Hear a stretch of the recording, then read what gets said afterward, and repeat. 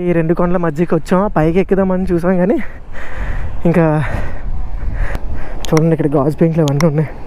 Compulsory ఇక్కడైతే shoe అయితే వేసుకోవాలి, లేదు అంటే చెప్పులు అయితే వేసుకోవాలన్నమాట, మ్యాండేటరీ అవైతే.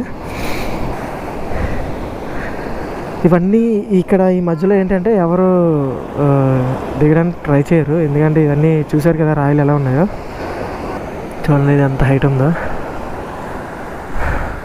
ఆ పైన ఎవరో ఉన్నారు. ఇది మనం పైకి అయితే ఇవ్వండి, చూసారు కదా మిడిల్లో ఎలా కనిపిస్తుందో. ఇంకా ముందుకు వెళ్దాం.